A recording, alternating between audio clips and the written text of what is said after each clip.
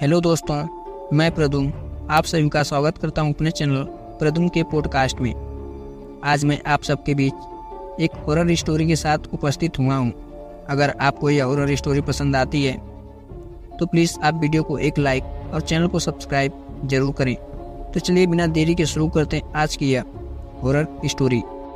तो दोस्तों, आज मैं आप सबके बीच एक ऐसी हॉरर स्टोरी लेकर आया हूँ जिसे सुनने के बाद आप सबके पैरों तले ज़मीन खिसक जाएगी और ये स्टोरी आपको बहुत पसंद आएगी। ये स्टोरी एक भूतिया हवेली की है। तो चलिए बिना देरी के शुरू करते हैं इस कहानी को उस भूतिया हवेली के पॉइंट ऑफ व्यू से। तो आप सब कहानी में बने रहें और कहानी को एंटरटेन और एंजॉय करें। तो चलिए बिना देरी के शुरू करते हैं। राजस्थान के एक छोटे से गाँव में एक पुरानी हवेली थी। हवेली का नाम राड़ा हवेली। इस हवेली की कहानी हर कोई जानता था। कहते हैं कि इस हवेली में भूतों का बसेरा है। शाम होते ही लोग इस हवेली के पास से गुजरने से डरते थे। हवेली की बनावट बहुत ही शाही थी, लेकिन अब हवेली खंडहर बन चुकी थी। उसकी दीवारें टूटी हुई और फर्श में दरारें थी। अंदर घुसते ही एक भयानक सी ठंडक का महसूस होता था, जैसे वहाँ किसी के उपस्थित होने का एहसास होता था। गांव में एक परिवार हाल में ही आया था। पिता राम प्रसाद, माता लक्ष्मी, बेटा रोहित और बेटी सुषमा। राम प्रसाद ने गांव में खेती करने का मन बनाया था। उन्हें इस बात का जरा भी ज्ञान नहीं था कि उनके नए घर के पास ही एक भूतिया हवेली है। एक दिन रोहित और सुषमा गांव में खेलते खेलते हवेली के पास पहुंच गए। हवेली की विशालकाय इमारत देखकर वे चकित हो गए। सुषमा ने कहा कि भैया चलो अंदर चलते हैं, ये बहुत रोचक जगह लग रही है। रोहित ने डरते हुए कहा, नहीं दीदी, मैंने सुना है कि यह हवेली भूतिया है। यहाँ पर कोई नहीं जाता है और इसके पास कोई नहीं भटकता है। लेकिन सुषमा जिद पर अड़ी रही। अंत में रोहित ने हार मान ली और दोनों हवेली के अंदर चले गए। अंदर का माहौल अजीब था। दीवारों पर पुरानी तस्वीरें थी जो समय के साथ धुंधली हो चुकी थी। एक तस्वीर में एक राजा और रानी के साथ एक छोटी बच्ची भी थी। सुषमा ने उत्सुकता से कहा, भैया ये तस्वीर तो बहुत पुरानी लग रही है, शायद ये राजा और रानी की हवेली रही होगी। रोहित ने सहमति से सिर हिलाया।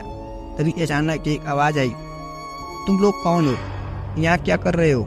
दोनों भाई बहन डरकर पलटे। सामने एक बूढ़ी औरत खड़ी थी। उसकी आंखों में अजीब सी चमक थी। उसने कहा, यहाँ से चले जाओ, नहीं तो अनर्थ हो जाएगा।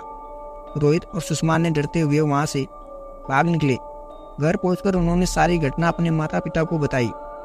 राम प्रसाद ने इसे बच्चों की कल्पना मानकर नजरअंदाज कर दिया, लेकिन उस रात कुछ अजीब घटनाएं घटी। हवेली से चीखों की आवाजें आने लगी। रोहित और सुषमा ने खिड़की से देखी कि हवेली की खिड़कियों में रोशनी चमक रही थी। अगले दिन राम प्रसाद ने गांव के मुखिया से इस बारे में पूछा। मुखिया ने गंभीरता से कहा, राणा हवेली के बारे में हमें ज़्यादा बात नहीं करनी चाहिए। कहते हैं कि वहाँ राणा साहब की उनके परिवार की आत्माएं भटकती रहती है। कोई भी जो वहाँ जाता है वो वापस नहीं लौटता है। राम प्रसाद ने यह सुनकर चुप्पी साध ली, लेकिन उसके मन में एक जिज्ञासा जाग उठी।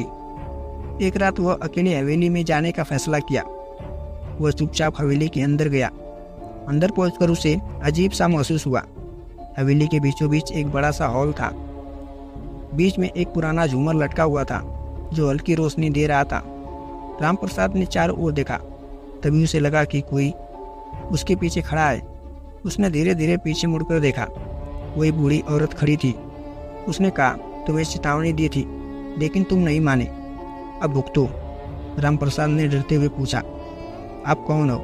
बूढ़ी औरत ने हंसते हुए कहा, मैं राणा साहब की पत्नी हूँ। इस हवेली में मेरी आत्मा भटक रही है। मेरे पति और मेरी बेटी आत्माएं भी यही हैं। किसी ने हमारी हत्या की थी और तब से हम यहाँ फंसे हुए हैं। राम प्रसाद ने डरते हुए पूछा, मैं आपकी मदद कैसे कर सकती हूँ? बूढ़ी औरत ने कहा, हमें मुक्ति चाहिए। तुम हमारे शवों को खोजकर उनका विधिवत अंतिम संस्कार कर दो, तब हम शांति पा सकेंगे। राम प्रसाद ने साथ जुटाया और बूढ़ी औरत की बात मानने का वादा किया। उसने गांव के कुछ लोगों की मदद ली। हवेली की खुदाई करवाई। खुदाई के दौरान उन्हें 3 कंकाल मिले। गांव के पंडित विधिवत अंतिम संस्कार करवाया।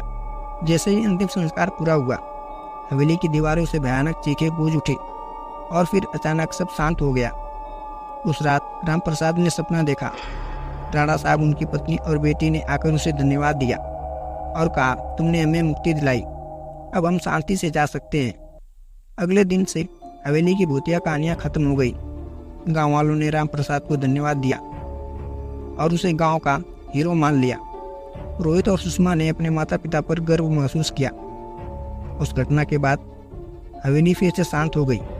अब वह पुरानी हवेली अपने गौरवशाली अतीत की कहानी सुनाने के लिए खड़ी थी, लेकिन अब वहाँ किसी भूत का बसेरा नहीं था।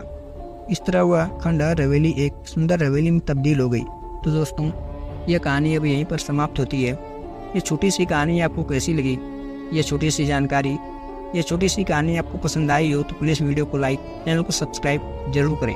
तो चलिए मिलते हैं कैसी कहानी के साथ नेक्स्ट वीडियो में।